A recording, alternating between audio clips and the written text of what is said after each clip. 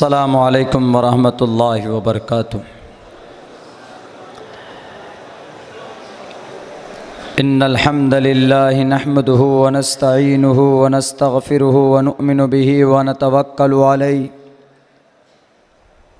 व नऊज़ु बिल्लाहि मिन शुरूरि अनफुसिना व मिन सय्यिआति अअमालिना। मन यहदिहिल्लाहु फला मुज़िल्ल लहु वमन युज़्लिल्हु फला हादिय लहु।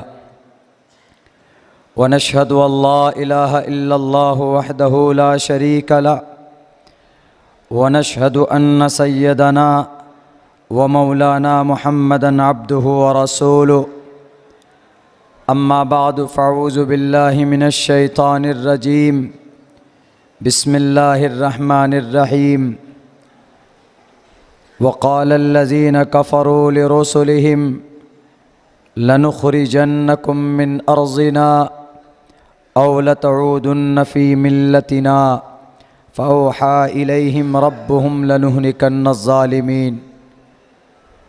वक़ालल्लाहु तबारक व तआला क़ुल या अहलल किताबि तआलौ इला कलिमतिन सवाइम बैनना व बैनकुम अल्ला नअबुद इल्लल्लाह वला नुश्रिक बिही शैआ।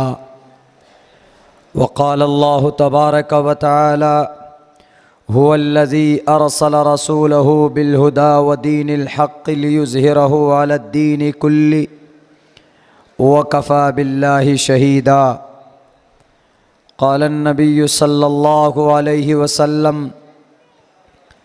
ला तज्तमिउ उम्मती अलज़्ज़लाला इज़ा रअयतुम इख्तिलाफ़न कसीरा फ़अलैकुम बिस्सवादिल आज़म। वक़ालन नबिय्यु सल्लल्लाहु अलैहि वसल्लम लन तसअहुम बिअम्वालिकुम वलाकिन तसअहुम बिअख़लाक़िकुम। वक़ालन नबिय्यु सल्लल्लाहु अलैहि वसल्लम मन रआ मिनकुम मुनकरन फ़ल्युग़य्यिरहु बियदिही फ़इन लम यस्तति फ़बिलिसानिही फ़इन लम यस्तति फ़बिक़ल्बिही वज़ालिका अज़अफ़ुल ईमान। वक़ालन नबिय्यु सल्लल्लाहु अलैहि वसल्लम कलिमतु हक़्क़िन इंद सुल्तानिन जाइरिन अफ़ज़लुल जिहाद। रवाहु तिर्मिज़ी औ कमा क़ाल अलैहिस्सलातु वस्सलाम। In the name of Allah, the most gracious, the most merciful. All praise and thanks are Allah's, the Lord of the Alameen, mankind, jinn and all that exist. You honor only that ruling judge. The day of recompense, it means the day of resurrection. You only we worship. You only we ask for help each and everything. Guide us to the right path, to the straight way. All praise be to Allah and cherisher, the sustainer of the worlds. And may the blessings and peace be upon the master of prophets, on all of his companions. Allah said in the Holy Quran about last Prophet Muhammad sallallahu alaihi wasallam, we have sent you not but as a mercy for all creatures. Yat yuvam bhuvam devaha swam shavatarne rataha Om namo bhagavate वासुदेवाय विश्वेश्वरा आदि पुरुष अपरंपार अल्लेख पुरुष्या नमः। नराशन संवाजिनम वाजन्नी शैदीरम पूषणम सन्मैरीम हे रथम न दुर्गादवसवा सुदानवो विश्वसम्मानो अहंसो निष्पिपर्ता।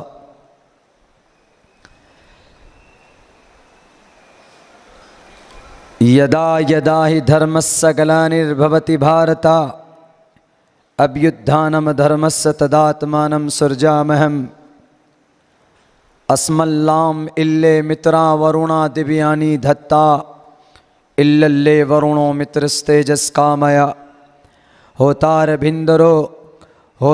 मिंदरो महासुरिंदरो अल्लो जैष्ठे श्रेष्ठम प्रणम ब्रह्मानम अल्लो रसूल महामद रका बरस्य अल्लो अल्लामा यज्ञम परचुचाम यवम सतदतूतो निवोस्ति कवरितम पूर्वियम गतम कस्तद्दिव्य भारती भविष्यांति युगश्यांति क्षेत्रीय लोककंटका अर्तिक्षरो लुब्धा समानाहंकार दर्पिता अहिंसा सत्यम करोदस्तयागा शांतिरपैशुनम दया भूलेश्वलोलूप्तवम हीरिश्चापला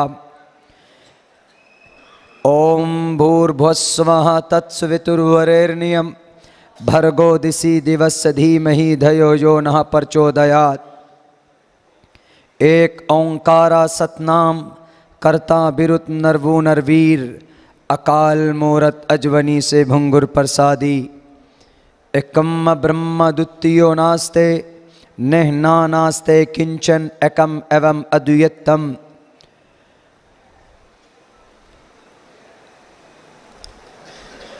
ओम पूर्णमिदः पूर्णमिदं पूर्णात् पूर्णमुदच्यते पूर्णस्य पूर्णमादाय पूर्णमेवावशिष्यते। ओम शांति ओम शांति ओम शांति।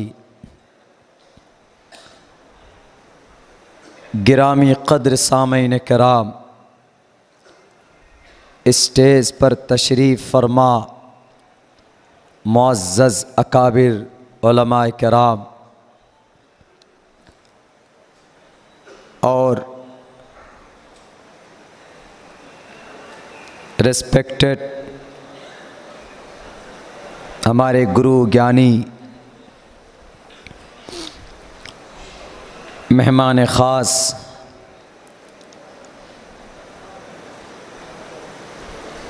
महाराष्ट्र की सरज़मीन पर इस बस्ती और इस कस्बे में मेरी पहली बार हाज़िरी हो रही है और एक बहुत अच्छे उन्वान और टॉपिक के तहत ये प्रोग्राम मुनाकिद किया गया है।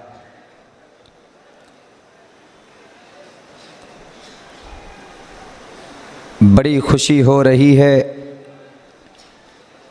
कि ये मुश्तरका मजमा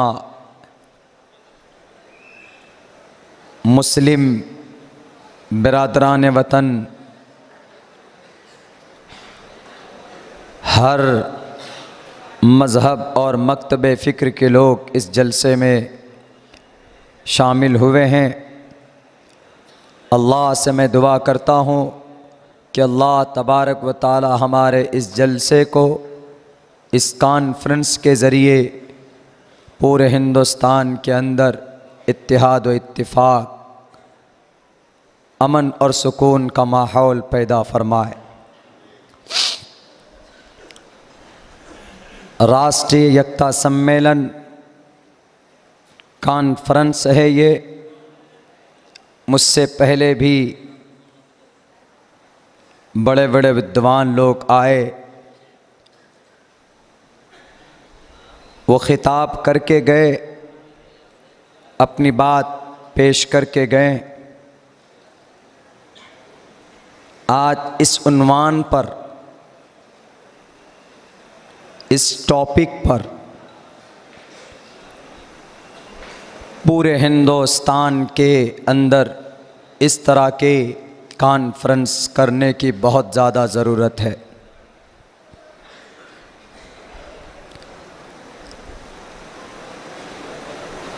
और हमें खड़ा होना होगा। हम अगर ये इंतज़ार करेंगे कि आसमान से ईश्वर या अल्लाह किसी फ़रिश्ते को, किसी रसूल को भेजेंगे किसी महापुरुष महाआत्मा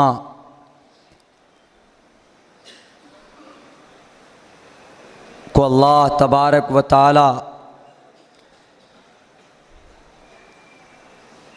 बर्पा करेंगे तो ये हमारी सोच और ये हमारा ख़याल 100% सही नहीं हो सकता। हमें और आपको खड़ा होना है एक दूसरे की मदद के लिए, अपने मुल्क को बचाने के लिए, अपने यकता, इत्तिहाद, इत्तिफाक, मानवता, ह्यूमैनिटी और अपनी अपनी ज़िम्मेदारी को पूरा करने के लिए हमें खड़ा होना होगा। मेरे भाइयों, हम लोग जिस देश में रहते हैं, पूरी दुनिया के अंदर इस तरह का माहौल किसी और मुल्क, किसी और कंट्री के अंदर ऐसा माहौल नहीं। जो माहौल और जो तहज़ीब और तरीक़ा हमारे इस मुल्क हिंदुस्तान और इस भारत के अंदर, पूरी दुनिया के अंदर इस मुल्क के मिसाल लोग पेश करते। क्यों? यहाँ पर हर धर्म के लोग बसते, हिंदू भी रहते हैं, मुसलमान भी रहते हैं, जैन, बौद्ध, सिख, क्रिश्चियन और बहुजन समाज के लोग भी रहते हैं। हर धर्म के लोग इस ज़मीन पर बसते हैं। दुनिया के किसी भी मुल्क की तारीख़ उठाकर देख लीजिए, इतना बड़ा दिल किसी मुल्क का नहीं जितना बड़ा दिल हमारे इस देश का, हमारे इस मुल्क का है कि यहाँ पर सबको जगह मिली है और सब मिलकर अब भी रहते हैं।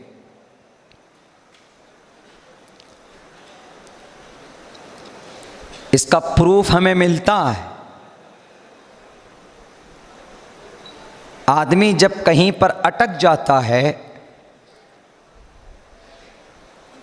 धार्मिक एतबार से भी, संविधानिक एतबार से भी, अब उसको मार्ग नज़र नहीं आता, रास्ता नहीं दिखता, क्या करें, किधर जाएं। अगर मुसलमान है, उसको समझ में नहीं आता धर्म के एतबार से हमको क्या करना है, बहुत परेशानी में होता है। तो अल्लाह का कुरान कहता है, मुहम्मदुर रसूलुल्लाह की शरीयत और उनके ऊपर जो हदीस की किताबें मुदव्वन की गई है, वो क्लियर एक्सप्लेन करती कि तुमको क्या करना है। अगर किसी परेशानी में कोई ईमान वाला, कोई कलिमा पढ़ने वाला फंस जाए, and you have to educate, you have to know, आपको चाहिए कि आप अपने ग्रंथ के तरफ रुख करें, अपनी शरीयत की तरफ रुख करें। आपको आपके समस्या का समाधान आपकी शरीयत के अंदर फ़ौरन मिल जाए। फ़इन तनाज़ातुम फ़ी शैइन, किसी मामले में उलझ जाओ, फ़ी शैइन फरुद्दूहु इलल्लाह व रसूल, अपने शरीयत की तरफ रुजू करो, अपने विद्वान के पास जाओ, उलमा किराम के पास जाओ, मुफ्तियान किराम के पास जाइए, जस्टिस ऑफ इस्लाम, काजी हजरात के पास पहुँचें आप। If you have any problem, तो आप जाइए, आपको आपकी परेशानी का, आपके समस्या का सॉल्यूशन, समाधान आपकी शरीयत के अंदर, कुरान के अंदर अहादीस रसूल के अंदर अल्लाह तबारक व तआला ने बताया है, फ़इन तनाज़अतुम फ़ी शैइन फ़रुद्दूहु इलल्लाहि वर रसूल। यकता देखिए, ईश्वर ने निराश नहीं किया हमारे बिरादरान वतन को। अगर कोई बिरादरान वतन हिंदू भाई, अगर उसको कोई प्रॉब्लम सामने आ गया, कोई दिक्कत आ गई सामने, वो क्या करेंगे? उनके लिए भी कहा जाता है वो अपने शास्त्र को खोल कर देखें। शास्त्र के अंदर क्लियर करके कहा, एक दूसरे पर ऐतराज करने से, इल्जाम लगाने से काम नहीं चलेगा। भारत के लोगों, रास्ता भटक गए हो तो ईश्वरीय ग्रंथ को उठाकर देखो। किसी करप्ट गुरु, खुद गर्ज इंसान के बहकावे पे मत आओ।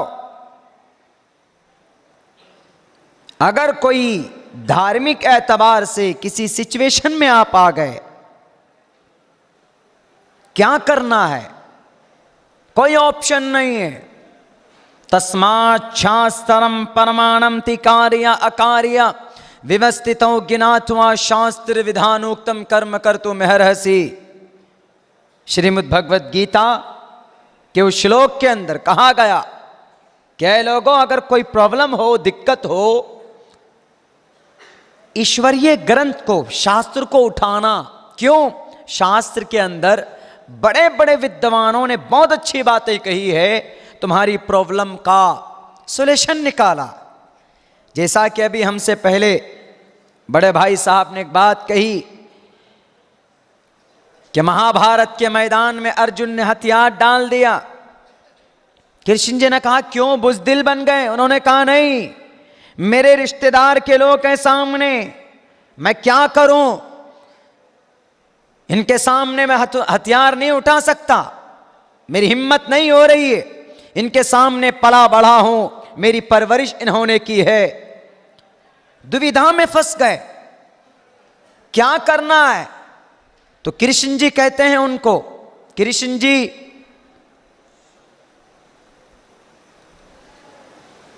आठवें अवतार हैं इस धरती पर। इंसानों को, मानव को सत्य मार्ग का दर्शन कराने के लिए इस धरती पर आए थे। और वही बता रहे हैं अर्जुन को। अर्जुन फंस गए, करना क्या है समझ में नहीं आ रहा, लड़े या बैठ जाए। उनको कहा कि नहीं, बैठना नहीं है, बैठोगे तो कल तुम्हारी गर्दन मार देंगे, ये तुम्हारी कब्र खोद देंगे। उठो,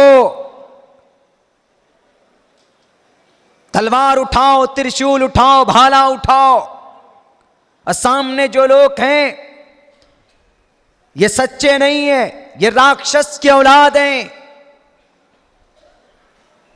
मानवता को खत्म करना चाहते हैं। आज तुमने अगर इनके सामने इनका मुकाबला नहीं किया, तुमको समझ में नहीं आ रहा। मैं कह रहा हूं, मैं परमात्मा, मैं ईश्वर का अवतार, मैं कृष्ण कह रहा हूं, मैं इस धरती का, विष्णु का 8वां अवतार मैं तुमसे कह रहा हूं। उठो और इन जल्लादों का खात्मा करो इस धरती से, नहीं तो इंसानियत सिसकती रह जाएगी। इंसानों के ऊपर जुल्म करेंगे, कल तुम्हारी जिंदगी परेशानी के अंदर पड़ सकती। उनको एक मार्ग दिखाया, कौन? अर्जुन को कृष्ण जी ने, और एक नसीहत भी की कि अर्जुन एक बात याद रखना, तुम जाओगे मैदान के अंदर मुकाबले के लिए तो बहुत से बच्चे भी सामने आएंगे, उनको तुम छूना भी नहीं। बहुत सी औरतें भी आएंगी, महिलाएं आएंगी, उनको सम्मान देना। बहुत से बूढ़े लोग भी आएंगे, उनको इज्जत देना। जो शत्रु होगा, जो राक्षस होगा, उनके सामने डट कर खड़े हो जाना, उनकी आंखों में आंखें डालकर बात करना। और बहुत अच्छा एक मैसेज दिया, अहिंसा सत्यम। अर्जुन, कभी झूठ मत बोलना, कभी जुल्म मत करना किसी इंसान पर। करो दस्तयागा, गुस्सा बच्चों के ऊपर मत उतारना, औरतों के ऊपर मत उतारना, बूढ़ों के ऊपर मत गुस्से का प्रयोग करना। शांतिरपैशुनम दया बुलेश्वलोलूप तवम हीर चापलाम। बड़ी लंबी चौड़ी तफसीर है, लेकिन मैं ये समझाने की कोशिश कर रहा हूं कि आज जो हमारे मुल्क हिंदुस्तान के अंदर ये जो यकजहती है, ये जो एकता है, इसको भंग करने की कुछ लोगों ने कोशिश की है। क़यामत की सुबह तक तुम अपने नापाक इरादे में कामयाब नहीं हो सकते। हिंदू मुसलमानों के बीच में दीवार खड़ी नहीं कर सकते। तारीख तुम्हें मालूम नहीं है, 1904 के अंदर जो गठबंधन बना था इस देश के अंदर, हिंदू का, मुसलमानों का, मुसलमानों ने मस्जिद के दरवाजे खोले थे हिंदू भाइयों के लिए, हिंदुस्तान के हिंदू भाइयों ने मंदिर के दरवाजे खोले थे मुसलमानों के लिए, और सिख भाइयों ने अपने चर्च, अपने गुरुद्वारे के दरवाजे खोले थे हिंदू मुसलमान सबके लिए। तब जाकर उन्होंने हाथ में हाथ मिलाकर जंजीर बनाकर इस देश को लूटने वाले सफेद सफेद सफेद चमड़े वाले वो जालिम अंग्रेज का मुकाबला किया था, और 1904 से लेकर 1947 के बीच में उन जालिम अंग्रेज को इस देश से भगाने पर वो लोग कामयाब हुए। कैसे? इत्तिहाद की बुनियाद पर। इत्तिहाद था उनके बीच में हिंदू मुसलमानों का, तब जाकर इस देश को आजादी मिली थी। आज आए हैं तन्हा इस देश को सुपर पावर बनाने के लिए? नहीं, चमन के अंदर हर तरह का फूल होता है तो उसकी खूबसूरती अलग होती। आज आ गए नहीं, यहां पर सिर्फ एक ही फूल रहेगा, नहीं। और फिर सबसे बड़ी बात, हमारा शास्त्र भी हमको एकता का पैगाम देता है। सपोज दैट हम लोग कलिमा पढ़ते हैं, ला इलाहा इल्लल्लाह मुहम्मदुर रसूलुल्लाह, एक अल्लाह की भक्ति। ब्रह्म सूत्र ले लीजिए, कम ब्रह्म द्वितीयो नास्ते नहना नास्ते किंचन एकम एवं अद्वितीयम। एकम ब्रह्मा, एक ही क्रिएटर ऑफ द वर्ल्ड, यानी एक ही पैदा करने वाले जात। ला इलाहा इल्लल्लाह, माबूद एक अल्लाह। एकम ब्रह्मा, एक ही ब्रह्मा है, एक ही परमात्मा है। सब जानते हैं हिंदू भाइयों का भी भगवान ईश्वर एक, मुसलमानों का भी खुदा एक, एकता है। और आगे चलिए, हमारे सिख भाई 600 साल पहले तकरीबन वैदिक धर्म से अलग होकर बैठे हुए हैं। हमारे महाराज जी सिख धर्म के गुरु ज्ञानी यहाँ पर बैठे हुए हैं। मैं पूरी अमानतदारी दयानतदारी के साथ मैं बात करने की कोशिश करूँगा। उन्होंने अलग होकर गुरु नानक, गुरु Govindar Singh, Sikh, it is a Sanskrit word, असल ये निकला है सिखा से। सिखा, सिखा मीन्स पैरवी करना, शागिर्द, शिष्य को कहते हैं। स्टूडेंट को संस्कृत में सिखा बोलते हैं। तो सिख भाइयों को सिख क्यों बोलते हैं? क्योंकि ये गुरु नानक और गुरु गोविंदर सिंह 10 गुरु बीच में पाए जाते हैं। तो हमारे सिख भाई जो हैं ये गुरु नानक, गुरु गोविंदर सिंह को मानते हैं। इनके ज़रिए से एक ईश्वर को मानते हैं। और उनका मूल मंत्र क्या है? एक ओंकार सतनाम। अल्फाज के अंदर थोड़ी बहुत तब्दीली हो सकती है, इसलिए कि हमारी ज़ुबान तो है नहीं, लेकिन मीनिंग वही, एक ओंकार सतनाम। कर्ता, सतनाम सच्चा नाम होला, नाम वाला। कर्ता भी उत्पालनहार, नरवु नरवीर, अकाल मूरत हमेशा से है। अकाल मूरत अजवनी से भंगुर प्रसादी। मूल मंत्र हमारे सिख भाइयों के गुरु गोविंदर सिंह, गुरु नानक गुरु हैं। उनके जरिए से ये चीज हमको, इस देश के लोगों को ये पैगाम दिया गया कि ऐ लोगों, अलग अलग पहचान हो तुम्हारा, लेकिन एक बात याद रखना, डायरेक्ट अंतिम के अंदर तुम वहीं सब पहुंचोगे, इसलिए कि तुम्हारा खुदा भी एक, हिंदू भाइयों का ईश्वर भी एक, सहीश एक, एक विरदय कैवा एक अवनस्मयो विक्षवीड़िया, परमात्मा एक ओम नमो भगवते वासुदेवाय विश्वेश्वरा। ओम नमो ओम, आकार मकार सकार, विष्णु ब्रह्म शिव, विष्णु ब्रह्म शिव। एक ईश्वर के 3 नाम हैं, लेकिन ईश्वर एक है। इसलिए कि गुरुर पुराण के अंदर परमात्मा कहता है बड़े अच्छे अंदाज में, वेद व्यास जी लिखते हैं, इंद्रम मित्रम, इंद्र भी वही, मित्र भी वही, वरुण भी वही।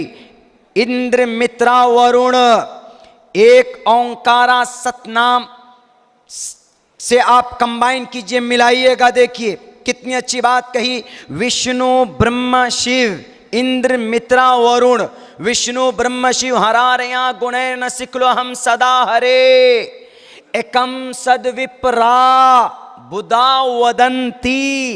एक ही ईश्वर को अनेक नामों से, अनेक नामों से, एक ही ईश्वर को अनेक नामों से बुधा वदंती, विद्वानों ने उनको पुकारा है।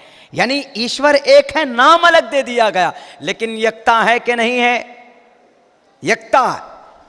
अल्लाह एक, ईश्वर एक। गुरु गोविंदर सिंह के जरिए, गुरु नानक के जरिए जो पैगाम दिया गया मूल मंत्र के अंदर, परमात्मा एक। बाइबल के अंदर there is no God, God भी एक। यकता धार्मिक एतबार से एक हैं। अब आ जाइए, जिस देश में हम लोग रहते हैं, अब यहां पर कुछ लोग कहते हैं कि नहीं ये तो हमारा बाबा का मुल्क है, ये हमारे दादा का है, ये हमारे नाना का है। नहीं, ये देश किसी के दादा का, किसी के नाना का नहीं, सबका है। जो रहते हैं यहाँ पे, जिन्होंने कुर्बानी दी है, ये सबके लिए जी। किसी की बपोती नहीं है, किसी का मिरास नहीं है, सबके लिए देश। कौन कह रहा है? हम नहीं कह रहे, अब्दुल्ला सालिम नहीं कह रहा। मैं जानता हूं कि हमारी स्पीच रिकॉर्ड हो रही, मैं ये भी जानता हूं कि FBI वाले हमारे पीछे इस वक्त हैं। मैं जानता हूं कि आपके पूरे प्रोग्राम की पूरा कवर किया जा रहा है, पहुंचेगा। मैं बात पहुंचाना चाहता हूं, ये देश 15 अगस्त 1947 में आजाद हुआ। 15 अगस्त 1947 किन से आजादी मिली? अंग्रेज से। 200-250 साल तक अंग्रेज इस देश में काबिज रहे थे। अंग्रेज किन को हराया था? मुस्लिम इंपेरर को। और मुस्लिम इंपेरर आगे पीछे करके तकरीबन 1150 साल तक इस देश में विराजमान रहे। और मुस्लिम इंपेरर में बहुत से वो थे जो आधे मुसलमान थे, बहुत से वो थे जो दहरिये थे, बहुत से वो थे जो अपनी एक अलग शरीयत लागू करना चाहते थे। तफसील का वक्त नहीं है, लेकिन इतनी बात मैं ज़रूर कहूँगा कि उन लोगों ने इस देश को बहुत सारी हिस्ट्रिकल पैलेसेस दी। आगरा का ताजमहल 20 करोड़ रुपए आता है, मुस्लिम इंपेरर नहीं दिए थे। डॉक्टर APJ अब्दुल कलाम, जिसने हिंदुस्तान को मिसाइल बना करके दिया, वो भी एक इस्लाम के प्लेटफॉर्म से आया था। मैं बरतरी साबित नहीं करना चाह रहा हूँ, मैं उन गद्दारों को बताना चाहता हूं जो इनको मुद्दा बनाकर कि नहीं ये टोपी वाले, ये दाढ़ी वाले, और ये मंदिर वाले, ये घंटा वाले, ये पगड़ी वाले, ये सिख भाई, ये इनको अलग करो। मैं उन लोगों को बताना चाहता हूं सबकी कुर्बानी इस देश के अंदर, देश को आजाद करने के लिए, इस देश को सुपर पावर ताकत बनाने की। उस वक्त की GDP 28% था। सबको मिलकर मिलाकर सबने कुर्बानी पेश की थी, तब जाकर इस देश की GDP 28% हुई थी। आज अकेले चले हो इस देश की प्रॉपर्टी को हड़प करने के लिए, हिंदू मुसलमानों के बीच में नफरत की दीवार पाटने के लिए नहीं कामयाब हो सकते। क्यों? ईश्वर चाहता है कि हिंदुस्तान के लोग एक रहें, मिलकर रहें। तुम जैसे गद्दार अधर्मी लोगों के गलत सपने कभी भी इस देश के ऊपर, कभी भी तुम्हारा सपना पूरा नहीं हो सकता, कभी भी नहीं हो सकता। अगर आज हम सड़कों पे हैं तो इस यकता को बचाने के लिए, इस अमन और शांति को बरकरार रखने के लिए 15 अगस्त 1947 को यह देश आजाद हुआ। लेकिन अब यह देश चलेगा कैसे? कंफ्यूजन थी, कैसे चलेगा। कुछ लोग कहते थे कि ऋग्वेद यजुर्वेद के जरिए चलाया जाए, कुछ लोगों ने कहा कि नहीं कुरान के मुताबिक चलेगा, कुछ लोगों ने कहा कि नहीं तालमूद के जरिए, बाइबल के जरिए चलेगा। क्रिश्चियन भी बहुत हैं, सिख भी बहुत हैं, जैन भी बहुत हैं।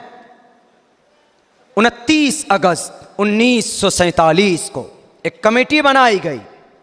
मैं आ रहा हूं वहीं पर जहां पर इस देश को बांटने की बात की जाती है। मैं धार्मिक एतबार से साबित कर चुका हूं कि इस देश के सारे लोग एक हैं, तरीक़े इबादत अलग अलग हैं।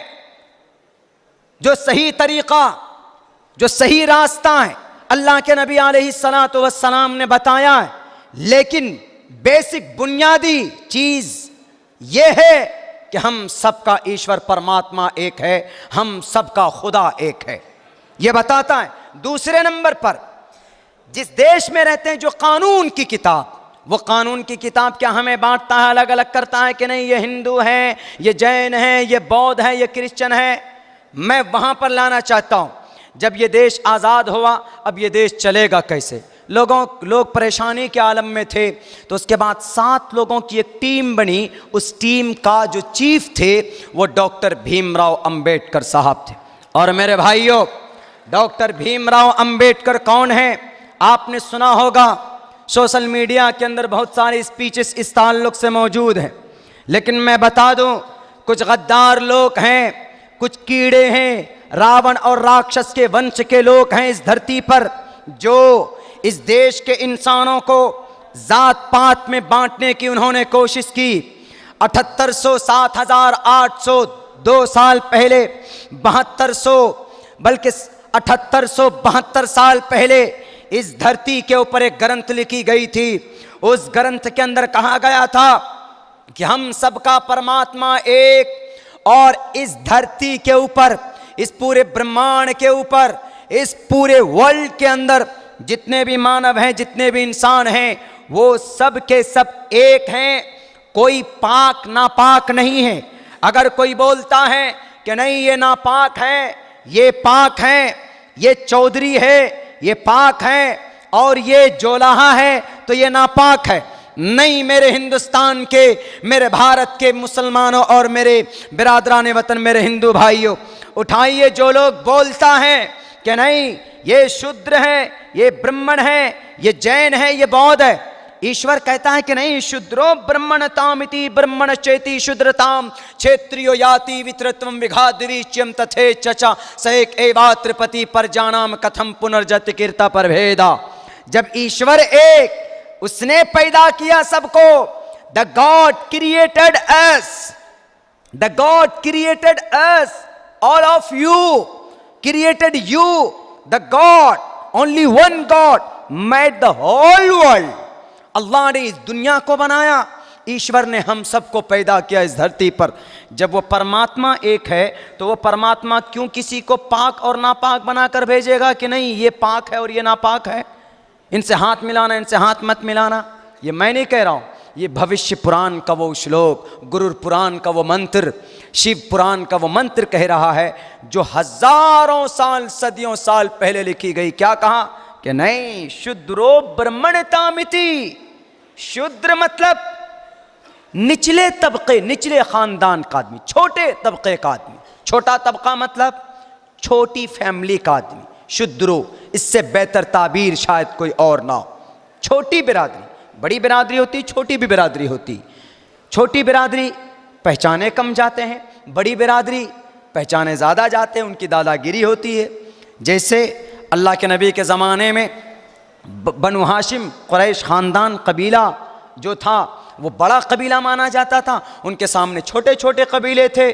तो छोटे कबीले का आदमी बड़े कबीले के आदमी से भी महान दर्जा हासिल कर सकता है। यही कहा इस मंत्र के अंदर, शूद्रो ब्रह्मणतामिति, निचले तबके का आदमी ब्रह्मणतामिति महान हो सकता है, बड़ा हो सकता है, बड़ा पद पे जा सकता है। और उसका जीता जागता सबूत कौन है? डॉक्टर भीमराव अंबेडकर साहब। कौन थे? बहुजन समाज बिरादरी से बिलोंग करते थे, लेकिन नहीं, कुछ लोगों की मानो तो नहीं, वो तो निचले तबके से आते थे, बिरादरी से आते थे, उनकी बात नहीं मानेंगे। लेकिन पूरी दुनिया जानती है डॉक्टर भीमराव अंबेडकर ने जो हिंदुस्तान को संविधान दिया, कुछ लोगों ने, यूरोप के लोगों ने कहा, on the earth the most beautiful book has been written by the human beings, it is Indian constitution. Hindustan का संविधान जो डॉक्टर भीमराव अंबेडकर ने लिख कर दिया। कुछ लोगों की मानो तो नहीं, डॉक्टर भीमराव अंबेडकर तो निचले तबके के आदमी थे, नहीं मानेंगे उनकी बात। लेकिन नहीं, ईश्वर ने पहले कह दिया है निचले तबके का आदमी होगा लेकिन काम अच्छा करेगा तो वो महान दर्जा उसको मिल सकता है, जैसे डॉक्टर भीमराव अंबेडकर साहब को मिला। और जैसे हिटलर बड़े तबके का आदमी माना जाता, लेकिन इतना गंदा काम किया, डिटेंशन सेंटर के अंदर लोगों को डालकर, यहूदियों को डालकर, 6 लाख यहूदियों को गैस दे देकर उनको मारा, उनको कत्ल किया। मौत कहाँ हुई? बाथरूम टॉयलेट के अंदर जाकर अपना सर घुसेड़ कर मरने पर मजबूर हुआ। हिटलर बड़ा माना जाता था, लेकिन काम इतना गंदा किया कि बड़े से छोटे हो गए, उनका कोई नाम सही से लेना गवारा नहीं करता। कातिलों में नाम होता है, आदमी बड़ा हो काम घटिया हो तो बड़ा नहीं माना जाता, आदमी छोटा हो काम अच्छा हो तो लोग दुआएं भी उसके लिए करते हैं कि आदमी है तो छोटा लेकिन काम बड़ा अच्छा करता है, गरीबों की मदद करता है, किसी की बात को काटता नहीं है, रास्ते से जाता है तो सलाम करता है, सबसे मिलता है, हिंदू से भी मिलता है, मुसलमानों से भी मिलता है। तो वह आदमी छोटा ही भला क्यों ना हो, काम उसके इतने अच्छे होते हैं कि लोग उसको सर पर बैठाते हैं। और इधर एक हैं चौधरी, MP साहब, MLA साहब बन गया, इतने गुरूर में तकब्बुर में रहता है कि गरीबों के खून को चूसता है। लेकिन आदमी नाम लेगा तो गाली देगा कि हराम खोर है, वो नालायक है, कुत्ता कमीना है, मरे तो जहन्नम में जाएगा, गालियां दे देगा उसको। और क्यों? ये ईश्वर का प्रावधान। अल्लाह के नबी अलैहिस्सलाम ने यही कहा, ला फज़ल लिअरबिय्यिन अलल अजमी, किसी अरबी को अजमी पर, अजमी को अरबी के ऊपर, गोरे को काले पर, काले को गोरे के ऊपर कोई फौकियत हासिल नहीं है।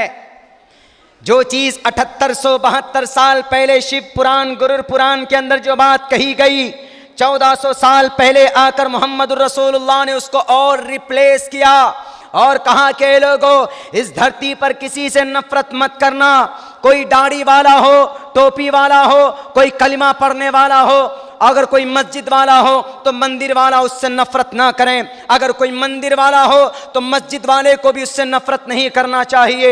आदमी महान बनता है, आदमी अपने काम से महान बनता है।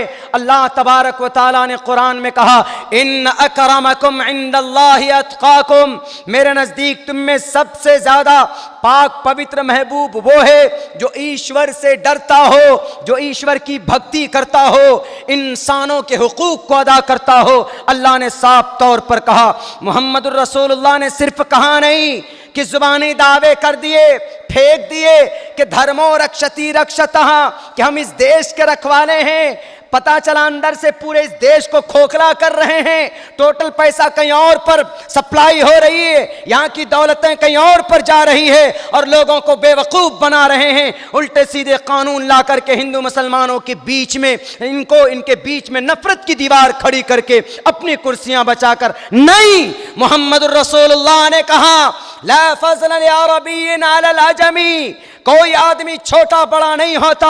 आप अलैहिस्सलातु वस्सलाम ने एक बड़े महान इंसान को सीने से नहीं, बल्कि जो अच्छा काम करता हो, जो शरीयत के मुताबिक जिंदगी जिसने गुजारी हो, पूरी दुनिया को यह पैगाम दिया, क्या लोगों, इस धरती के ऊपर कोई इंसान छोटा छोटा नहीं होता।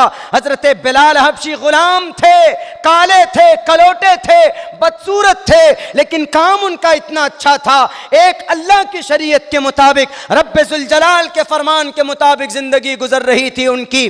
तो अल्लाह के नबी अलैहिस्सलाम ने एक मौके पर कहा, क्या बिलाल, तुम हो तो गुलाम, तुम हो बदसूरत, लेकिन तुम्हारा कौन सा अमल है जो तुम चलते हो मक्का की गलियों में तेरी चलने की आहट सुनाई देती है जन्नतुल फिरदौस में।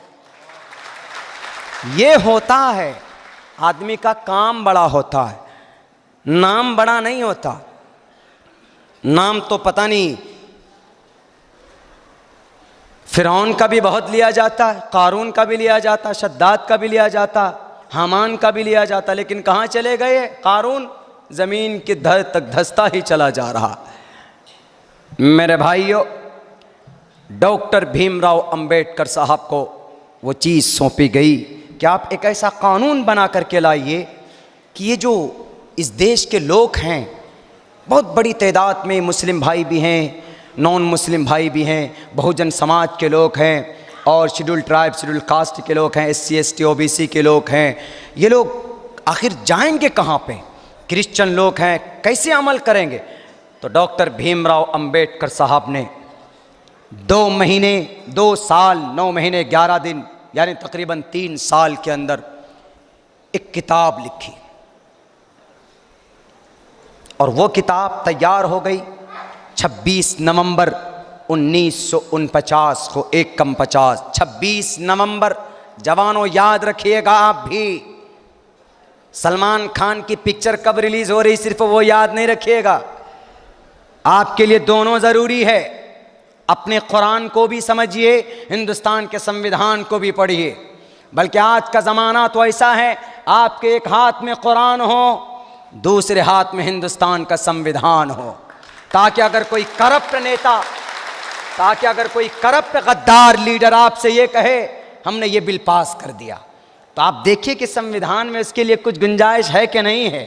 तो आप जब पढ़े लिखे होंगे तब न कहेंगे कि भाई आप जो लाए हो ये संविधान के खिलाफ है, हम नहीं मानेंगे इसको। क्यों? हम लोग नहीं, बल्कि ये देश चलेगा संविधान पे चलेगा, किसी की दादागिरी या किसी की अक्सरियत पर नहीं चलेगा, संविधान पर चलेगा। दोनों चीज़ों की जानकारी ज़रूरी है।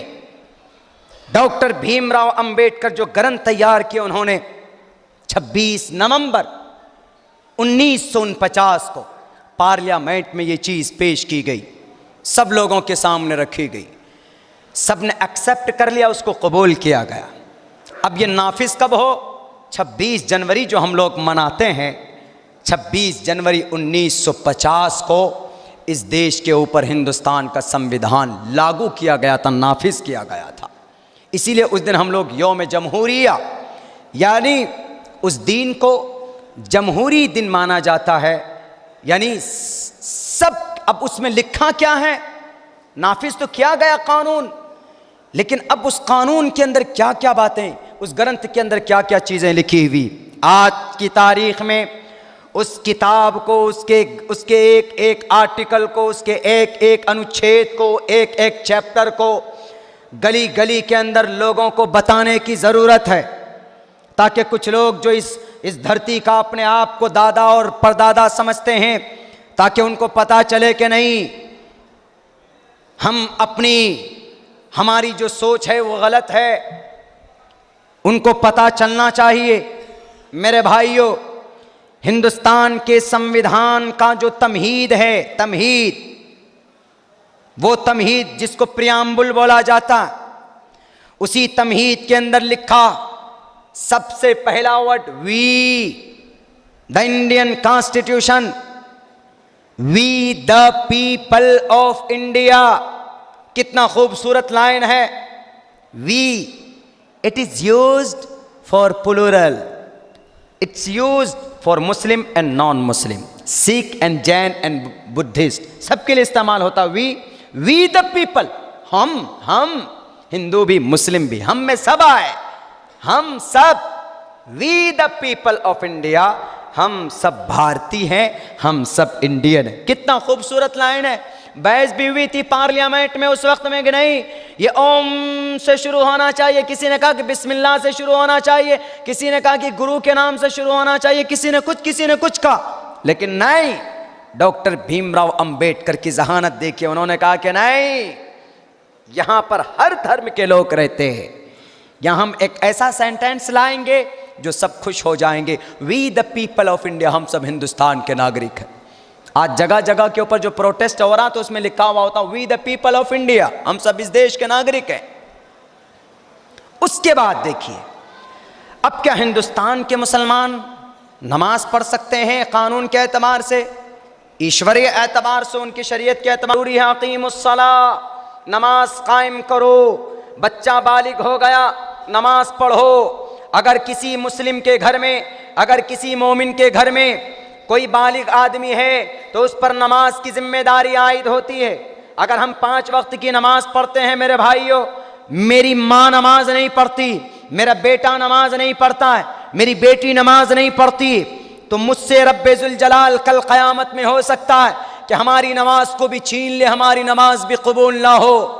इसलिए कोशिश कीजिए, जहाँ पर आप नमाज पढ़ते हैं आपके घर के अंदर हर फर्द नमाज पढ़नी चाहिए। क्यों? अल्लाह का कुरान कहता है वअमुर अहलका, नमाज का ऑर्डर करो अपने बीवी को, अपने बच्चों को, अपनी फैमिली के लोगों को कि खुद भी नमाज पढ़ते हो, खुद भी तबलीग में अगर जाते हो तो तबलीग में जो चीज़ सीख कर आते हो अपने घर के अंदर सबसे पहले उसका निफाज करो, उसका ऑर्डर करो। वअमुर अहलका बिस्सलाती, नमाज का ऑर्डर करो। शरई एतबार से इबादत करना आपके लिए ज़रूरी है। नमाज एक ऐसी इबादत है जो किसी इंसान से किसी मोमिन से, चाहे वो औरत हो कि मर्द हो, चाहे वो बूढ़ा हो, मालदार हो, गरीब हो, कमज़ोर हो, नमाज हर एक मोमिन के ऊपर फ़र्ज़ है। अगर कोई कहेगा कि नहीं मैं तो कमज़ोर हूँ, मैं तो गरीब हूँ, अल्लाह कहता है कि अकीमुस्सलाह, नमाज कायम करो। खड़े होकर नहीं पढ़ सकते तो बैठ कर पढ़ो, बैठ कर नहीं पढ़ सकते तो लेट कर पढ़ो, लेकिन नमाज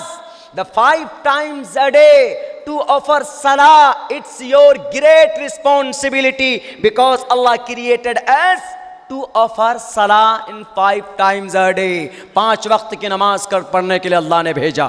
शरीय एतबार से देखिए तो अल्लाह तबारक व तआला कहता है कि नमाज पढ़ो, इबादत करो, रोज़े भी रखो, ज़कात भी दो। हमारा जवान तो आजकल सिर्फ बॉडी बनाने में जवान है, लेकिन जब रोज़े की बारी आती है तो अंदर होटलों में घुसकर खाना खाते हैं। लेकिन मैं यहाँ के जवानों का बहुत बहुत शुक्रगुजार हूँ कि बड़ा खूबसूरत जलसा आपने मुनाकिद किया है। मेरे नौजवानों, आप इस मिल्लत की तकदीर हैं, आप इस धरती के समझिए कि मक्खन है, मक्खन।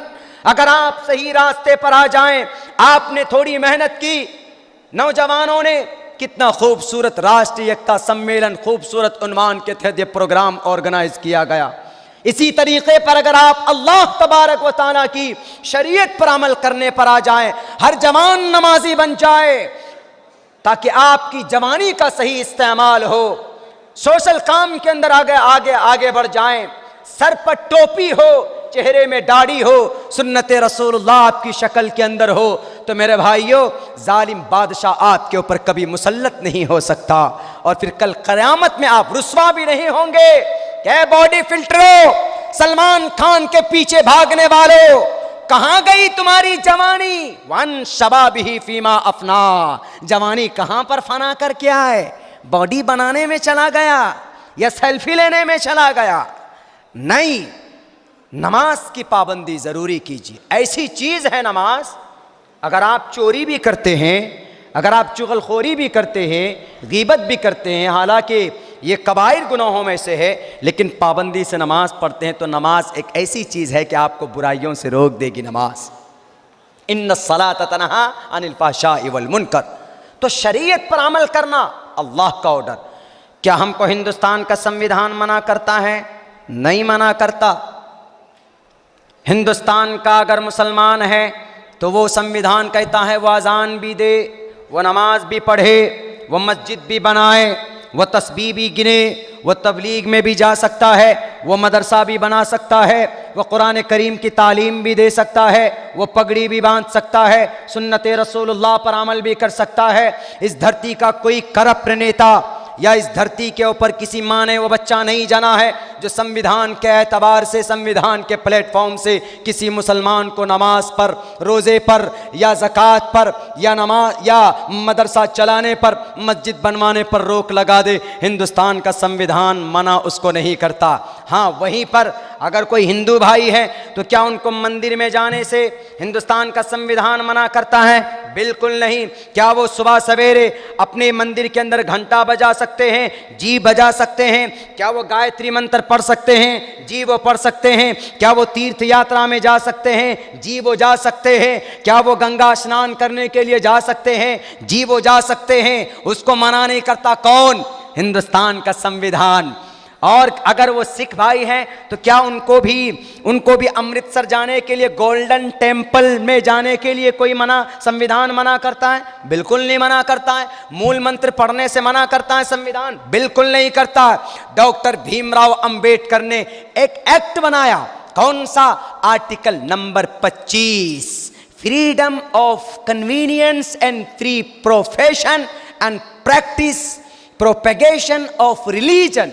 It's Indian constitutions article 25, Hindustan के संविधान का आर्टिकल नंबर 25 कहता है कि कोई भी इस देश के अंदर किसी को भी अपने अपने धर्म के ऊपर अमल करने से कोई नहीं रोक सकता। हर आदमी आजाद है। मैं नमाज पढ़ना चाहता हूं तो नमाज पढ़ सकता हूं। मैं अगर मुसलमान हूं, अगर हिंदू बनना चाहूं अपनी मर्जी से तो बन सकता हूं। अगर कोई हिंदू भाई है वो मुस्लिम बनना चाहे अपनी मर्जी से तो बन सकता है। ये इस देश के अंदर इस संविधान ने आजादी दी, कोई किसी को मना नहीं कर सकता। हिंदू धर्म के अंदर अगर कोई आदमी साष्टांग करना चाहे, नमाज पढ़ना चाहे, श्री रामचंद्र जी ने हनुमान को जो तरीका बताया था, प्रथमादारका जीवादियोदियन मुजियते तृतीयानन को डला कार्य चतुर्थर देव चंद्र का पंचम मिणदो संयुक्ता। हनुमान सीधे खड़े हो जाना ईश्वर की भक्ति के लिए, थोड़ा सा झुक जाना यानी रुकू करना, फिर उसके बाद तृतीयानन को डलाकार, तीसरे नंबर पर कुंडली मार कर बैठ जाना यानी कायदा तशहुद में बैठना, कायदा ऊला करना, चतुर्थर देव चंद्र का, चौथे नंबर पर क्या करना, थोड़ा झुकना यानी रुकू करना, पंचम विनिदो संयुक्ता, पांचवें नंबर पर आखिर के अंदर बैठकर अमन और शांति की दुआ प्रे करना ईश्वर और गॉड से। मना नहीं करता संविधान, किसी को मना नहीं करता।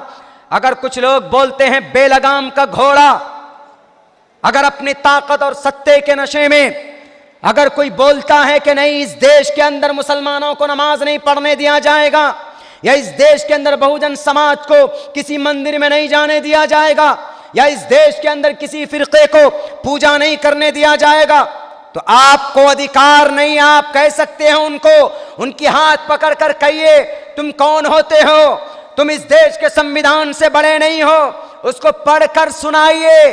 कौन सा आर्टिकल नंबर 25 कि जब आर्टिकल हमको इजाजत देता है, संविधान हमको अपने अपने धर्म के मुताबिक इजाजत देता है इस देश के ऊपर अपने धार्मिक एतबार से इबादत करने का, तो तुम कौन सी चक्की का आटा खा कर आए हो हमको मना करने के लिए? किस बाप ने तुम्हें इजाजत दी? नहीं मना कर सकते तुम, इसलिए कि to freedom of expression and free practice on the grounds of religion, अपने अपने धर्म के मुताबिक इस देश के अंदर हर आदमी को आजादी दी गई है, वो अमल कर सकता है, किसी को इजाजत नहीं है कि वो मना कर दे। और मेरे भाइयों दूसरी चीज, अब एक बात सामने आती है क्या कि इस देश के अंदर अभी एक बहुत बड़ा भौचाल मचा हुआ है। मैं क्लियर नाम नहीं लूंगा, इशारों से आप समझेंगे।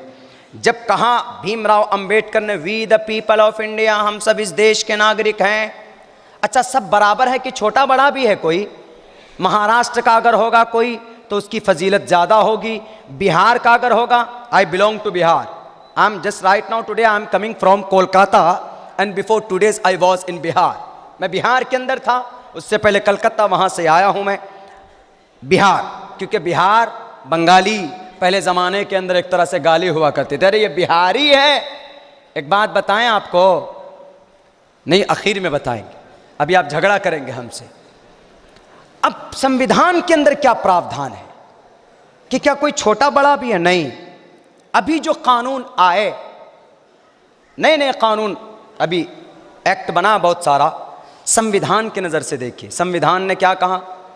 आर्टिकल नंबर 14, सबसे पहले एग्जैक्ट वर्ड पढ़ रहा हूं मैं, वही लाइन पढ़ रहा हूं जो आर्टिकल में लिखा, इक्वलिटी बिफोर लॉ। कोई इस बस्ती का है, महाराष्ट्र का है, नांदेड़ का है, या आपके इस गांव का है, आपके इस मोहल्ले का कोई मजदूर आदमी है, गुजरात का कोई बहुत बड़ा उद्योगपति है, या मुंबई का कोई बहुत बड़ा पैसा वाला है, या कोई पीएम है, या कोई सीएम है, या कोई मिनिस्टर है, तो क्या इन दोनों के बीच में मकाम और मर्तबे के एतबार से कोई डिफरेंट है? संविधान कहता है कि नहीं, जो एक पीएम का रुतबा होगा वही एक मजदूरी करने वाले मजदूर का भी रुतबा होगा। कौन कह रहा है? हिंदुस्तान का संविधान कह रहा है इक्वालिटी बिफोर लॉ, सारे लोग बराबर हैं। The state shall not deny to any person equality before law और the equal protection of the laws within the territory of India.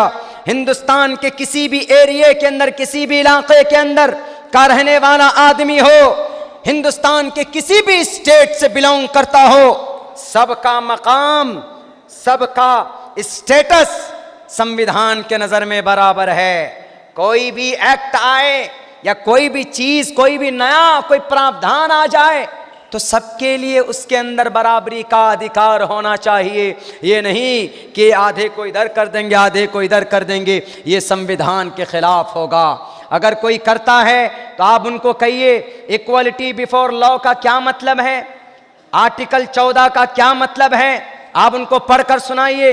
तब भी अगर समझ में ना आए तो उनको आर्टिकल 15 कहिए। आर्टिकल 15 में लिखा है प्रोहिबिशन ऑफ डिस्क्रिमिनेशन। प्रोहिबिटेड मतलब नाजायज, हराम, मना। Prohibition of discrimination on grounds of religion, caste, place of birth. किसी को इलाके के एतबार से छांटना या किसी को धर्म के नाम पर अलग कर देना, भेदभाव करना। Prohibition of discrimination. डिस्क्रिमिनेट का मतलब टू डिस्क्रिमिनेट द समवन, किसी आदमी को के साथ भेदभाव करना धर्म के आधार पर, ये मना है। कौन मना करता है? हिंदुस्तान का संविधान मना करता है। मैं पूछना चाहता हूं मौजूदा दौर के हुक्मरानों से, मैं एक नागरिक, मैं एक भारतीय होने के नाते मेरा यह अधिकार बनता है, अगर मैं किसी कंफ्यूजन में हूं तो मैं पूछ सकता हूं इन लोगों से कि प्रोहिबिशन ऑफ डिस्क्रिमिनेशन, इसके अंदर कहा गया कि जात के नाम पर, धर्म के नाम पर, नस्ल के नाम पर किसी को बांटा नहीं जा सकता। आपने अगर बांटने का प्रयास किया है, अगर आपने कोशिश की है तो आप जवाब दीजिए हिंदुस्तान के 125 करोड़ लोगों को बताइए कि भाई आपने क्यों ऐसा किया, आप ऐसा क्यों करना चाहते हैं, जबकि संविधान कहता है कि गलत है जात धर्म के नाम पर बांट देना, अलग अलग कर देना।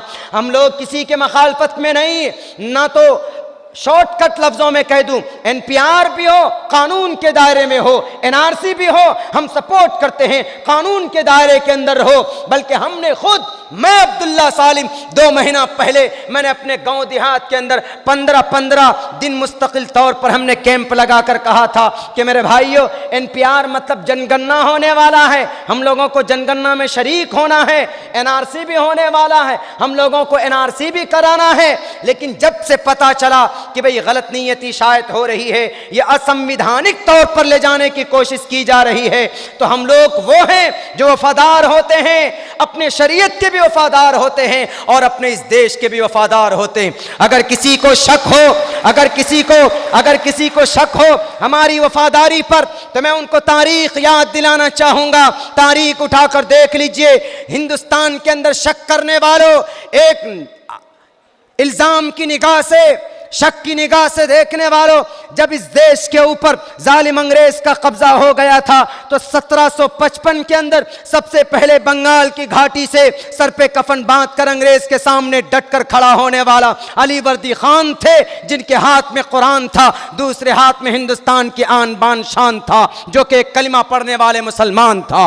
उसके बाद भी जब अंग्रेज नहीं भागे तो उन्होंने अपने नाती को वसीयत की। कौन नाती? वही नवाब सिराजुद्दौला पुलासी की जंग में शरीक होकर अंग्रेज के दांत खट्टे कर दिए थे, लेकिन अपने इस भारत माता की जमीन के साथ उन्होंने गद्दारी नहीं की थी। उसके बाद फिर आपके इसी कर्नाटका की सरजमीन पर श्रीरंगापट्टनम के अंदर 1799 के अंदर वो मर्द मुजाहिद, वो शेर हिंदुस्तान हैदर अली टीपू सुल्तान ने अंग्रेज की आंखों में आंखें डाल करके कहा था कि जालिम अंग्रेज, मैं कुर्बान हो जाऊंगा लेकिन तेरे ऑफर को मैं कबूल नहीं करूंगा, मैं मर मिट जाऊंगा, मेरे सीने के अंदर ईमान है। और तुझे पता है कि ईमान मोमिन कौन होता है? जो मर जाता है, न तो अपने ईमान के साथ गद्दारी करता है और जिस मुल्क में रहता है न उस मुल्क के साथ गद्दारी करता है। तेरा पाला आज पड़ा न श्रीरंगापट्टनम के अंदर, पूरी दुनिया की इतिहास की किताबों में लिखी हुई है ये बात।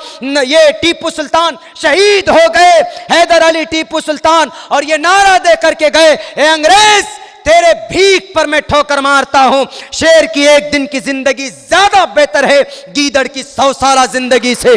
टीपू सुल्तान कुर्बान हो गए, शहीद हो गए, लेकिन इस देश की आन बान शान को नहीं बेचा। वो थे कौन लोग? गद्दार लोग, जिन्होंने अंग्रेज की हाँ में हाँ मिलाकर, उनके कंधे से कंधे मिलाकर इस देश को कमजोर किया था। हम वो नहीं, बल्कि हम तो वो थे जो इस भारत की माता की इज्जत व आबरू को बचाने के लिए टीपू सुल्तान जैसे शेर आज कुर्बान हो गया इस देश की मट्टी के लिए, इस देश की इज्जत के लिए। यही नहीं, जब टीपू सुल्तान शहीद हुआ तो जनरल हॉर्स ने क्या कहा था? लोगों, बताओ इन गद्दारों को जो देश को बांटना चाहते हैं, कलिमे के दरमियान हिंदू मुसलमानों के बीच में नफरत की दीवार खड़ी करना चाहते। उस वक्त जनरल हॉर्स ने कहा था कि आज टीपू सुल्तान की लाश पर खड़ा होकर मैं जनरल हॉर्स ऐलान करता हूं, आज से यह मुल्क हिंदुस्तान हमारा है। क्यों? हमने एक शेर हिंदुस्तान को शहीद कर दिया, कत्ल कर दिया था। मेरे हिंदुस्तान के, मेरे भारत के भारतवासियों, आप शक की निगाह से इन कलिमा पढ़ने वालों को मत देखो, आप शक की निगाह से इन लोगों को मत देखो। आपको तारीख अभी की मैं बता दूं, कश्मीर की वादी के अंदर जगन्नाथ यात्रा के अंदर उस वक्त जब एक गुजरात का ड्राइवर बस की चालक बस ड्राइव कर रहा था, उस पूरे बस के अंदर हिंदू समाज के भाई लोग बैठे हुए थे, बिरादरान वतन के लोग बैठे हुए थे, हमारे बिरादरान वतन थे बैठे हुए, जो ईश्वर की भक्ति के लिए जा रहे थे। आतंकवाद ने, टेररिस्ट ने जब उस बस के ऊपर हमला किया था, एक गोली लगी थी किनको? उस ड्राइवर को। आपको तारीख पता होनी चाहिए, आपको इतिहास के अंदर इसको जगह देना चाहिए। पता है उस ड्राइवर का नाम क्या था? उस ड्राइवर का नाम था मोहम्मद सलीम, जो कि एक ईमान वाला, जो कि एक मुसलमान था। मेरे भाइयों, यह देश ऐसे आजाद नहीं हुआ है शक की बुनियाद पर, शक के आधार पर। संविधान को बदलने वालों, नफरत की बात करने वालों, नफरत से यह देश आगे नहीं जाएगा। एकता बनानी होगी, ह्यूमैनिटी बनानी होगी, तब जाकर यह देश आगे बढ़ेगा। हम मोमिन कभी भी गद्दार नहीं होते, हम वफादार अल्लाह के भी होते हैं, शरीयत के भी होते हैं, मोहम्मद रसूलुल्लाह के भी होते हैं। ये हमारी डीएनए के अंदर है, हमारी डीएनए के अंदर। क्योंकि ईमान जो होते, ईमान की जो खासियत होती है वो मुनाफकत नहीं होती। जहाँ पर ईमान होगा वहाँ पर देशभक्ति होगी, वहाँ पर वफादारी होगी, वहाँ पर कभी भी देशद्रोही नहीं दाखिल हो सकता। एक आद अगर कोई चला जाए, भूल भटक कर कोई हमारे नौजवान किसी फील्ड में, आतंकवाद उग्रवाद के फील्ड में, तो फिर इस्लाम से उसका ताल्लुक़ नहीं होता, कभी भी नहीं होता। देख लीजिए इसी देश के अंदर 1799 में कौन शहीद हुआ? टीपू सुल्तान। 1804 में जालिम अंग्रेज के खिलाफ जिहाद का फतवा कौन दिया था? ईमान रखने वाले, दाढ़ी टोपी रखने वाले शाह अब्दुल अजीज मुहद्दिस देहलवी ने कहा था कि इस देश को बचाना है तो जिहाद करो ईमान वालों, अंग्रेज को भगाओ। जिहाद का फतवा दिया 1831 के अंदर। हाथ में तोप तलवार लेकर बालाकोट की पहाड़ी पर सैयद अहमद शहीद रहमतुल्लाहि अलैह, शाह इस्माइल शहीद रहमतुल्लाहि अलैह शहीद हो गए 1831 के अंदर। लेकिन इस देश की मट्टी को अंग्रेज के हवाले नहीं किया। और फिर मौलाना रशीद अहमद गंगोही को, शेखुल इस्लाम को जेल के अंदर दिया गया और कहा कि तुम सिर्फ ये कह दो कि हम ये जो हमारे नौजवान लोग अंग्रेज के आर्मी के अंदर शामिल हो रहे हैं, मैंने नाजायज़ का फतवा नहीं दिया है। तो उस वक्त के उलमा किराम ने, उस वक्त के मोमिन लोगों ने ये कहा था कि नहीं, मर जाऊंगा लेकिन कभी भी अपने फतवे को वापस नहीं लूंगा, तुझे जो करना हो तू कर ले। मेरे भाइयों, 1857 के अंदर इस देश के ऊपर जंग की शुरुआत हो गई, जबरदस्त घमासान लड़ाई हुई, लड़ते रहे। 1858 के अंदर यूनियन जैक लहराया गया लाल किला के फसील पर। एक औरत थी फातिमा ज़हरा, फातिमा नाम था, उसने यूनियन जैक के उस झंडे को उतार कर हमारे हिंदुस्तान की आन बान शान का जो फ्लैग था उस जमाने में, वो उनको डाला। उसको गोलियों से पीछे से छलनी की गई लेकिन वो गिर गई नीचे। हमारे हिंदुस्तान की इज्जत को संभाल कर लाल किला को दर दीवार पर उसको लहराता रहा, लेकिन उन्होंने हिंदुस्तान की आन बान शान को झुकने नहीं दिया। आगे चलिए आप, इससे और 2 कदम आगे। इस देश को 1912 के अंदर तहरीके रेशमी रूमाल वजूद में आया। शेखुल हिंद रहमतुल्लाहि अलैह ने इसकी स्थापना की। 2 साल तक तुर्की के अंदर रहे थे।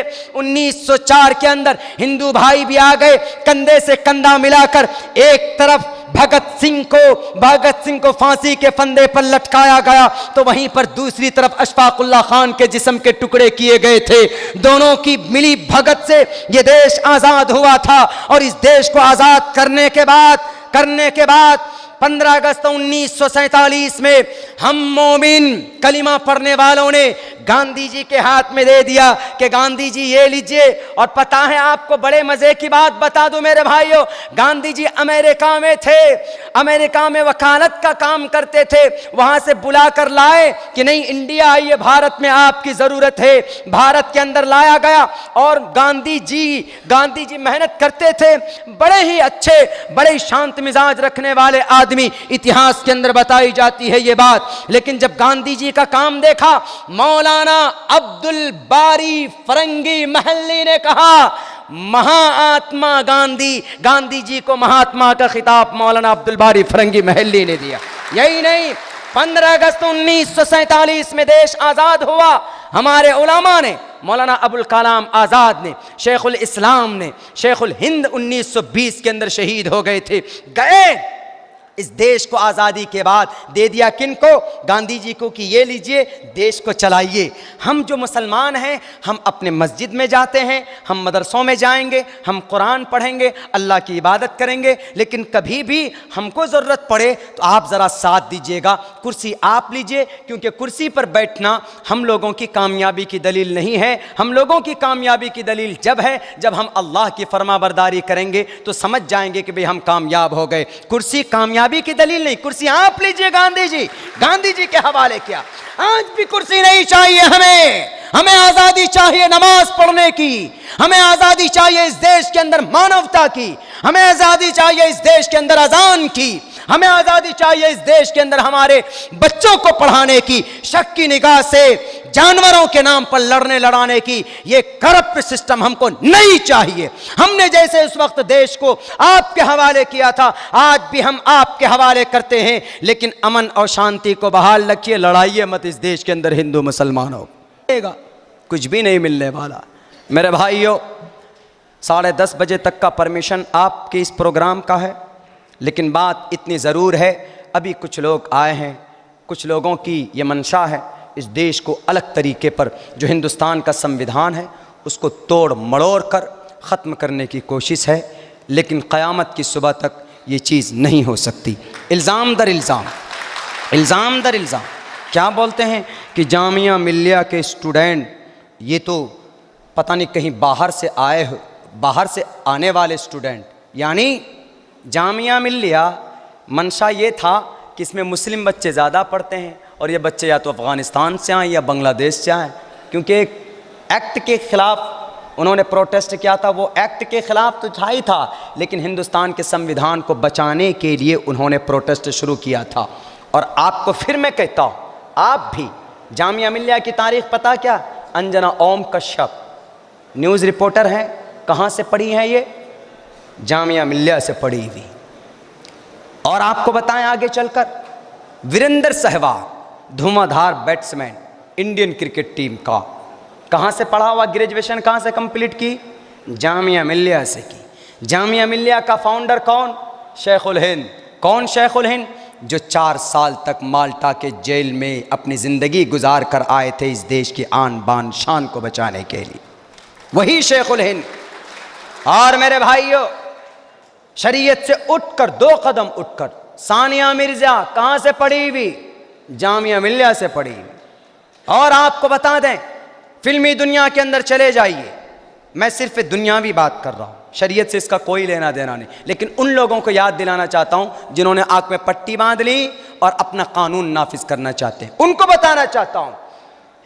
शाहरुख खान सुपरस्टार कहाँ से पढ़ा हुआ? जामिया मिल्लिया से पढ़ा हुआ। आमिर खान दुनिया के अंदर हिंदुस्तान का नाम रोशन किया दुनियावी एतबार से। अल्लाह के नज़र में क्या मकाम है वो अल्लाह बेहतर जानता, हम वो बात नहीं कर रहे हैं। लेकिन इन लोगों को बताना चाहते हैं, आमिर खान कहाँ से पढ़ा हुआ? जामिया मिल्लिया से पढ़ा हुआ। तबला मैन, पद्म भूषण अवार्ड दिया गया जाकिर हुसैन, कौन था? इस्लाम के प्लेटफॉर्म से उसका ताल्लुक था। इसलिए शक की निगाह से देखना बंद करें, मिलाने की बात करें। सुभाष चंद्र बोस की उस तारीख को याद कीजिए।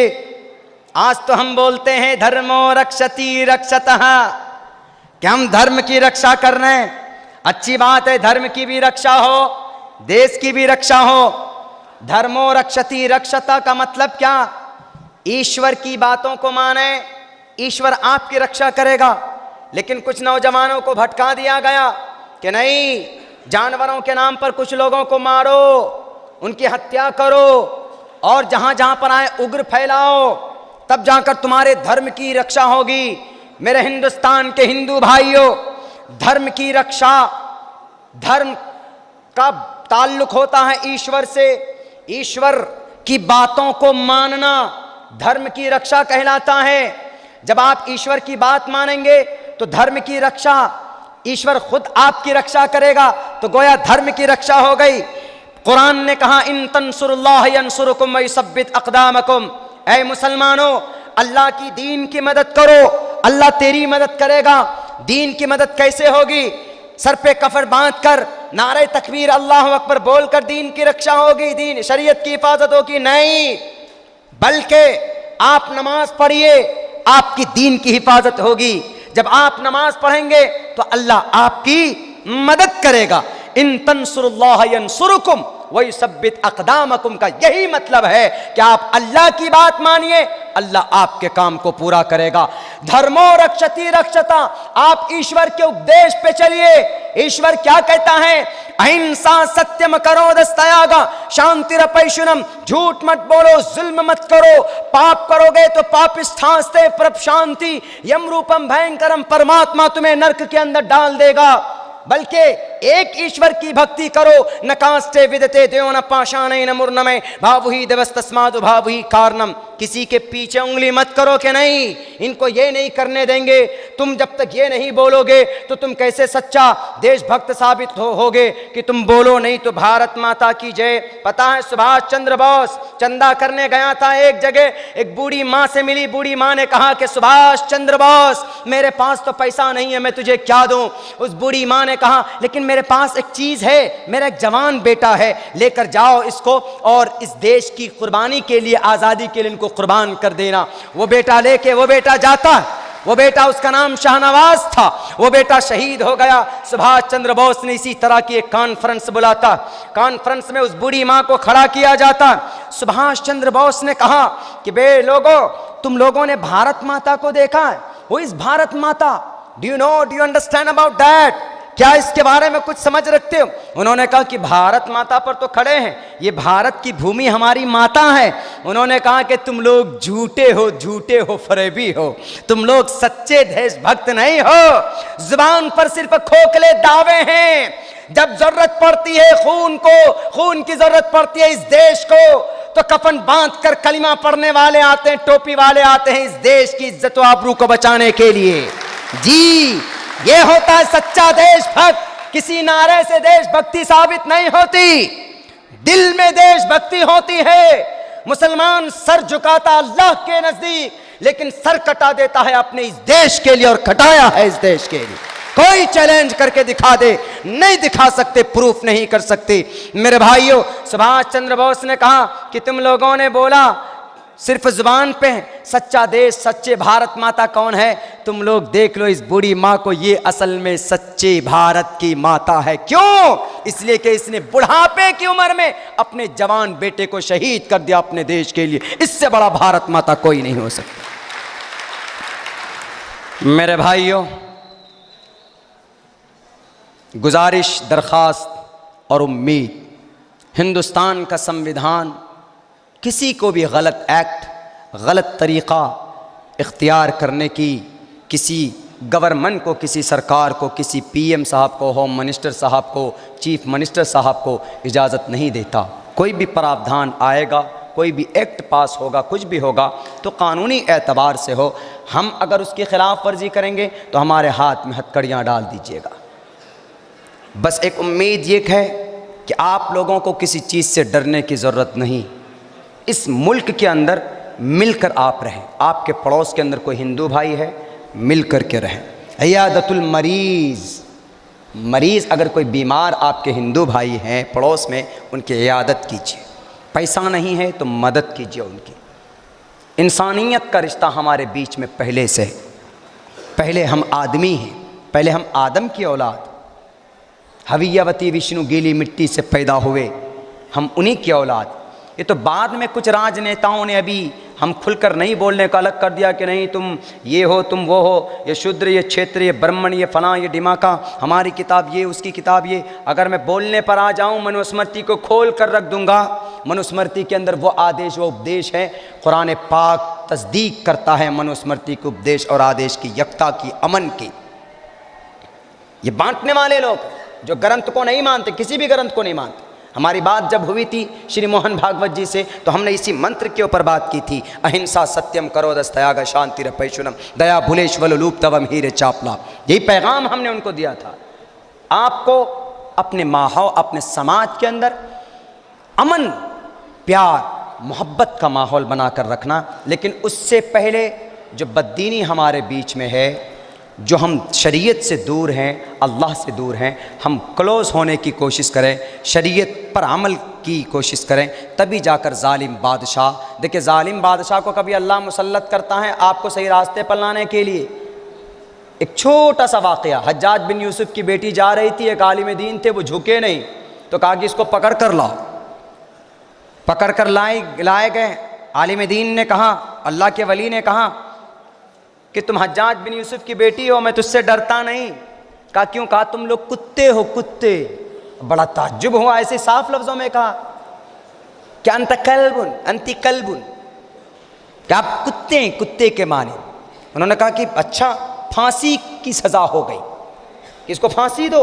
इतनी बड़ी गुस्ताखी हज्जाज बिन यूसुफ की बेटी के साथ। उन्होंने कहा अच्छा समझाइए तो, आप मुझे कुत्ता क्यों कहा? उन्होंने कहा कि देखो, जब कोई रेवड़ होता है, गाय बैल का चढ़ाने जाते हैं, पहले ज़माने में कुत्ता भी साथ जाता था। अगर कोई रेवड़ से कोई बकरी, कोई खस्सी अगर अलग हो जाए तो उसको वापस लाने के लिए कुत्ते छोड़ दिए जाते थे। वो वापस उस रेवड़ के अंदर ले आते थे ताकि वो उस रेवड़ से बाहर न जाए।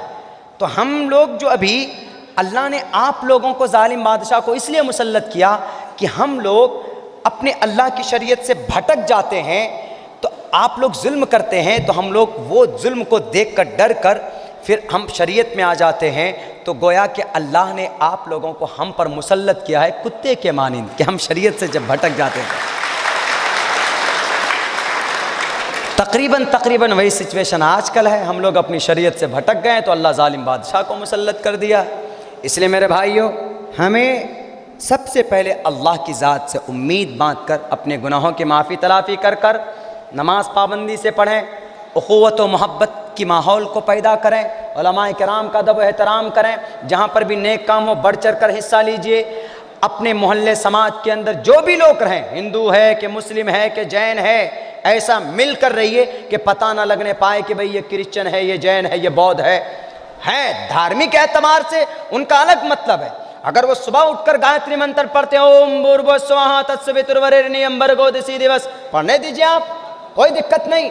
आप सूरह फातिहा पढ़िए अल्हम्दुलिल्लाहि रब्बिल आलमीन। लेकिन इस चीज़ की बुनियाद पर रंजिश की नहीं, ये गायत्री मंत्र पढ़ता है या कोई सूरह फातिहा पढ़ता है या कोई अजान देता है, तो वो ये भी नहीं होना चाहिए हमारे हिंदू भाइयों को कि भाई अजान क्यों देता है। अजान तो ये अंतिम महर्षि का एक सिफत है, वो चलापी सर्वभक्षी। इसीलिए आपको ये माहौल बनाए रखना है अमन और शांति का। हमको धर्म भी कहता है कि एक बनकर रहे, और हिंदुस्तान का संविधान भी कहता है कि एक बनकर रहे। टूटने की ज़रूरत नहीं है। अगर कोई तोड़ने पर आए तो हमें उसको, इस देश को टूटने से बचाना है, संविधान को लुटने से बचाना है। इंशाअल्लाह तबारक व तआला अल्लाह से दुआ करता हूँ कहने सुनने से ज़्यादा अमल की तौफीक अता फ़रमाए। फिर भी आखिर के अंदर ये मैं शुक्रिया अदा करता हूँ नौजवान लोगों का। बड़ा खूबसूरत प्रोग्राम हुआ, अल्लाह निजात का ज़रिया बनाए। अस्सलाम वालेकुम। है हिंद में अनोखा मरकज़ तहफ़्फ़ुज़ दी, ये दी का तर्जुमा है मरकज़ तहफ़्फ़ुज़ दी।